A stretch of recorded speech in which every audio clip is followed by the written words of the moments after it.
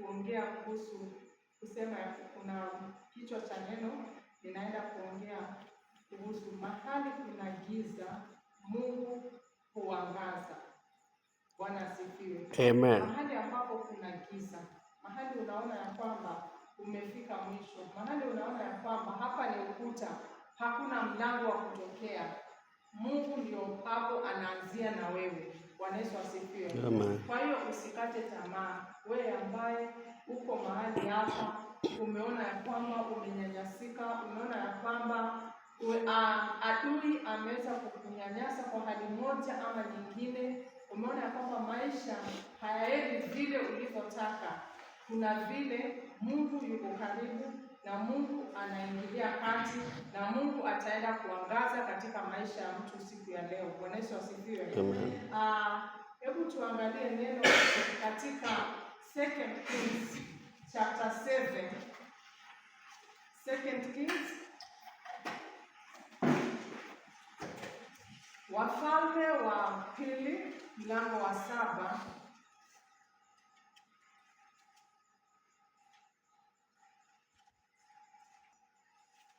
Bwana Yesu asifiwe sana.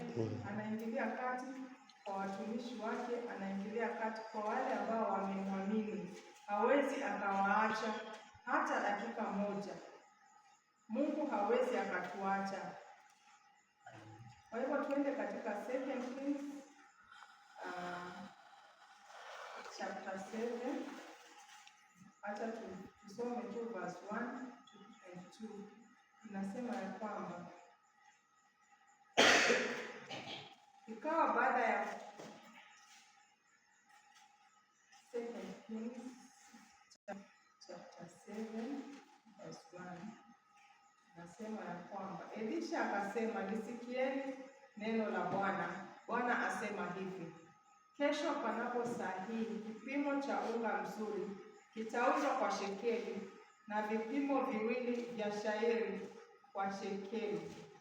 Bwana Yesu asifiwe sana. Hapa tunaona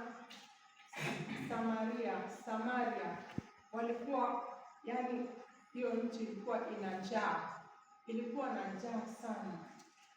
Wakati ilipokuwa na njaa, yani hiyo njaa yenye ilikuwa hapo, ilikuwa watu walikuwa wameteseka, wamehangaika. Manake watu walikuwa wanauziwa vichwa za punda, wanakula vichwa za punda. Tena walikuwa wanauziwa hadi mavi ya njiwa. So kulikuwa na shida katika mji huo wa Samaria.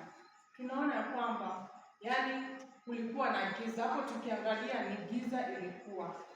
Bwana Yesu asifiwe sana. Tumesema kwamba mahali kuna giza, mahali watu wamefika mwisho, mahali unakuwa desperation, mahali inatokea, Mungu ndio yuko hapo. Ni mradi tu umesimama katika Mungu. Mungu yuko hapo, ataenda kuokoa mtu na hiyo shida ambayo anaona imemfikisha mwisho. Bwana Yesu asifiwe sana. Tunaona hapa ya kwamba watu wa Samaria walikuwa na njaa isiyoelezeka, yani njaa ambayo haielezeki, hadi ikafika mahali kuna mama mmoja ambaye waliweza kula mtoto wa mama mwingine. Bwana Yesu asifiwe. Na huyo mama mwingine akasema ya kwamba wangu tutamkula kesho, leo tukule wako na kesho tutakula mtoto wangu. So ilipofika hapo, yani ukiangalia unaona ya kwamba watu wamefika mwisho. Yani watu ni mahali wamefika ambapo hakuna tumaini, hakuna tena, wanaona hakuna tena msaada mwingine.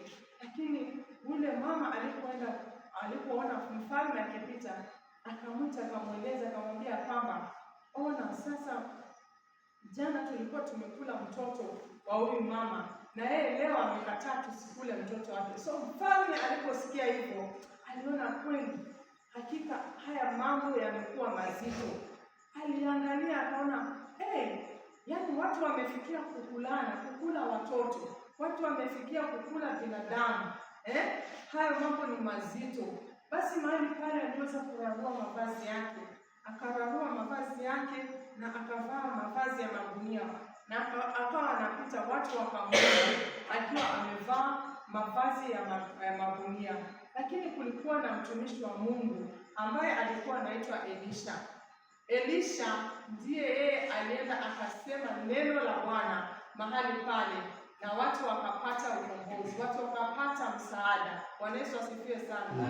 Kwa hiyo tunapokaa katika wokovu huu, tusijidharau.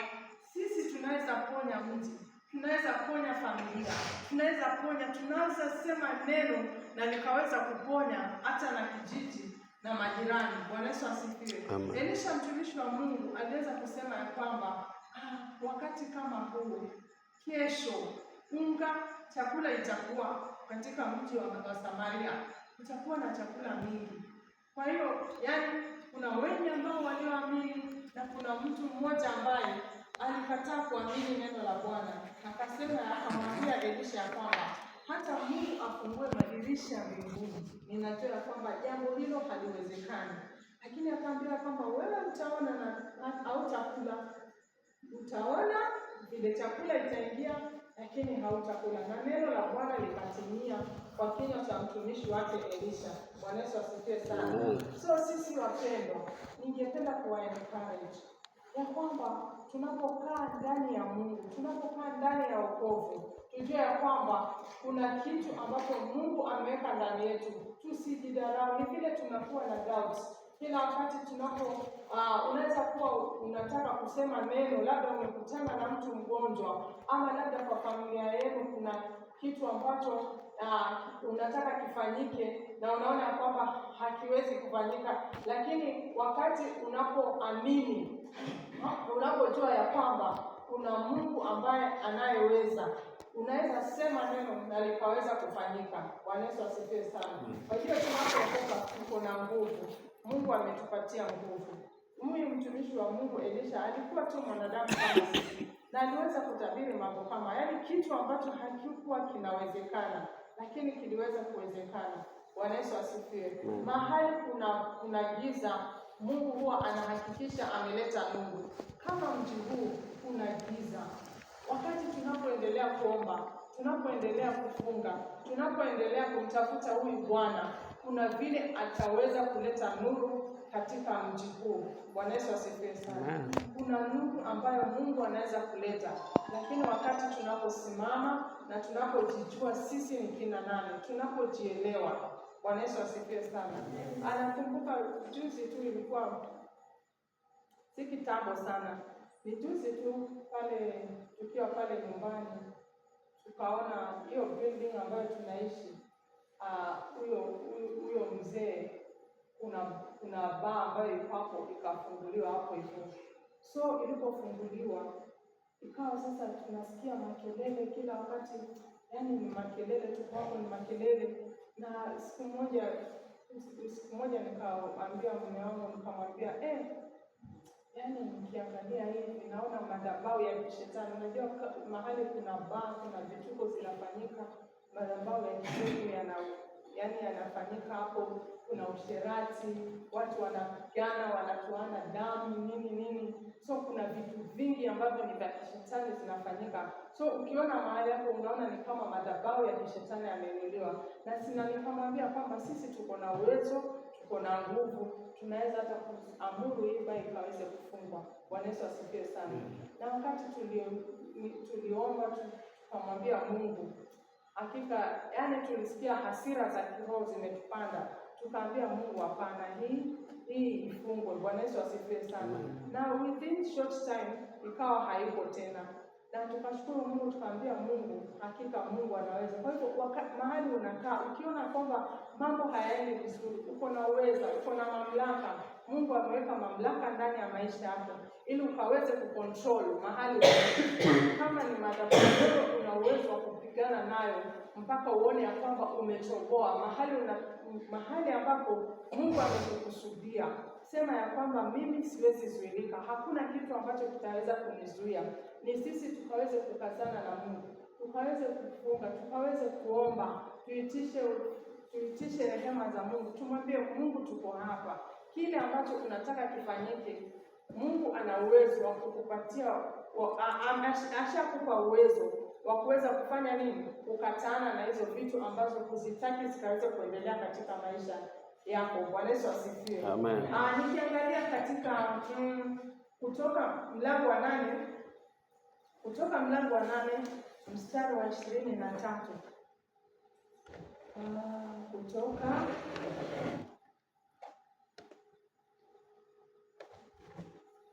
mlango wa 8 mstari wa 23. Inasema, nami nitatia mpaka kati ya watu wangu na watu wako. Ishara hiyo nami nitatia mpaka kati ya watu wangu na watu wako. Ishara hiyo italetwa kesho. Bwana Yesu asifiwe sana. Hapa tunaona ni Musa aliyetumwa wapi? Alitumwa huko Misri. Alipotumwa huko Misri, kuna vile aliambiwa na Mungu ya kwamba enda utoe wana wa Israeli, kwa sababu pale wana wa Israeli walikuwa wanateseka na ni ahadi ya Mungu, walikuwa watolewe hapo waende katika nchi ya ahadi, waende kumwabudu Mungu. Bwana Yesu asifiwe. Lakini sasa pale Farao akawa na moyo mgumu, akawa hasikii vile ameambiwa na Musa, alikuwa na moyo wake mgumu. Hapo kulikuwa na giza totoro, lakini Mungu akaamua kuangaza katika mji huo kwa ajili ya wana wa Israeli. Bwana Yesu asifiwe sana. Wana wa Israeli walikuwa wamefikia mwisho, wanashindwa itakuwaje. Lakini wakati Musa alipoenda mahali pale, kuna vile alipoongea na Mungu, na akamwambia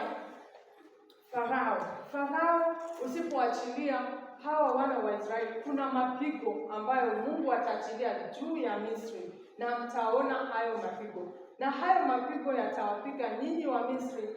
Waisraeli hawawezi kuswa na hayo mapigo. So Mungu aliweza kuachilia, tunaona kwamba aliachilia viura wakajaa kwa mji, yani kwa wana wa Misri, viura wakajaa, lakini bado Farao moyo wake ulikuwa mgumu. Bado Farao alikuwa anashikilia wana wa Israeli. Akaleta mainzi, ni vitu mingi sana zilifanyika hapo, lakini bado moyo wa Farao ulikuwa mgumu. Bwana Yesu asifiwe. Hapo kulikuwa na giza. Hadi ikawa sasa ni nini tena itafanyika? Lakini Mungu alikuja kuangaza, akamwambia ya kwamba wana wale wa kwanza watauliwa. Hapo ndipo Farao aliweza kuachilia wana wa Israeli. So Mungu aliweza kuingilia kati, na alipoingilia kati ndipo sasa Farao aliachilia wana wa Israeli wakatoka, na bado tena aliwaandama, lakini Mungu aliweza kuangazia, na wana wa Misri waliweza kufanya nini? Farao na jeshi lake waliweza, jeshi lake liliweza kuangamizwa. Bwana Yesu asifiwe sana. Kwa sababu ya kwamba haijalishi ni mapito gani tunayoyapitia, Mungu anaona, anaangalia ni wapi ambapo tumenyanyaswa na huyu mwovu. Mungu anaona, anajua, na yeye anataka usimuache katikati, anataka uendelee. Ukiendelea na yeye ndipo anaweza kukuokoa, na ili jina lake likaweze kutukuka. Bwana Yesu asifiwe sana. Anakuachilia tu. Unaona kwamba Mungu, mbona ameniachilia? Mbona nimekaa hivi? Mbona sina hiki? Mbona sasa imekuwa hivi? Mbona mambo yametokea hivi? Lakini kuna Mungu aliye mbinguni ambaye ana uwezo wa kukuokoa na ile janga ambalo unalopitia. Ni bora usimame kwa Mungu, ukae kwa Mungu. Mungu ana uwezo wa kukuokoa na kukuepusha na kila aina zote za ile, mwovu hawezi akakumaliza, lakini Mungu yuko pale kukuangazia. Bwana Yesu asifiwe sana. Naweza kuwa unaona umefika mahali ambapo unakata tamaa. Usiku wa leo ninakuja kukuambia kwamba usiwahi kata tamaa. Usiwahi kata tamaa na huyu Mungu, usiwahi kata tamaa na neno lake, usiwahi kata tamaa na kumtumikia. Usikate tamaa. Wewe endelea na Mungu. Kuna siku atajitukuza kwa hiyo hali ambayo unayopitia. Kuna siku atajitukuza kwa kila hali ambayo mtu anayopitia usiku wa leo. Bwana Yesu asifiwe sana. Amen. Unaona ya kwamba Mungu alitokelezea wakati kumedoka mambo machungu, mambo yametendeka, watu wamekulana mpaka watoto, watu wamekula mpaka maji. Hapo ndio Mungu anatokea, wakati wa mwisho, wakati ambapo kumefika mwisho, hapo ndio Mungu anatokea. Bwana Yesu asifiwe sana. Kwa hiyo wapendwa, tusikate tamaa katika hii maisha. Usiwahi kata tamaa. Acha tumtumikie Mungu, acha tumwishie Mungu, na Mungu ana uwezo wa kujitukuza katika hiyo hali ambayo unayopitia. Mungu atajitukuza hapo ndani. Mungu atajinunulia utukufu hapo ndani mahali unapopitia. Bwana asifiwe sana. Katika Zaburi 46:1 inasema, Mungu kwetu sisi ni kimbilio na nguvu, msaada utakaoonekana tele wakati wa mateso. Bwana Yesu asifiwe sana. Kuna sana wakati wa mateso ndio Mungu anaonekana. Ni msaada upatikanao tele. Wakati unapopitia jambo ngumu, unapopitia jambo fulani ambalo unaona ya kwamba mamangu hawezi nisaidia, babangu hawezi nisaidia, mume wangu hawezi nisaidia, watoto wangu hawezi nisaidia, Mungu peke yake. Wakati unakuwa desperate for God, yani unajua kabisa hapa hakuna mwenye anaweza nisaidia, labda uko mgonjwa, unajua kwamba hapa daktari hakuna vile anaweza nisaidia, ninaenda tu kwa Mungu peke yake ndiye anaweza nisaidia. Bwana Yesu asifiwe. So unaacha unafika, kama ni hospitali unaenda zote, unamaliza zote, haupati uponyaji, lakini kwa Mungu kuna vile ambavyo anapoona ya kwamba umefika mwisho na umesimama na yeye, unalitetea jina lake, basi anaweza kukuokoa wakati umefika mwisho. Wakati mateso yamekuwa mengi, hapo ndipo Mungu anajitukuza. Na wakati anapojitukuza, ushindi huo yani unakuwa ni ushindi mkubwa zaidi. Bwana Yesu asifiwe. Unakuwa ushindi ambao unashuhudiwa na majirani, ushindi utakaoshuhudiwa na familia, ushindi ambao si wa kawaida. Bwana Yesu asifiwe. So tuendelee kumtazamia huyu Bwana, tuendelee kumwishia, tuendelee kutamani kuwa karibu na yeye, tuendelee kutamani kuwa na uhusiano kabisa na yeye, tushikamane na yeye. Hakika tutafika mbali. Mungu atatusaidia na tutafika mahali amekusudia, na lazima tutafika kwa hatima zetu wakati tunamshikilia wewe Mungu, wakati tunatafuta kuwa karibu na yeye. Vile tumekuja kwa kesha, tumekuja kumtafuta Mungu. Vile tumekuja kwa kesha, tumeacha usingizi, tukasema acha twende tumtafute Bwana. Na tunapomtafuta yeye anapatikana, yuko mahali hapa. Anasema katika neno lake kwamba anawapenda wale wampendao, wale wanaomtafuta kwa bidii watamwona. Kwa hiyo wakati tunapomtafuta kwa bidii, wakati tunapomwita, yeye anatuonyesha mambo makubwa magumu tusiyoyajua.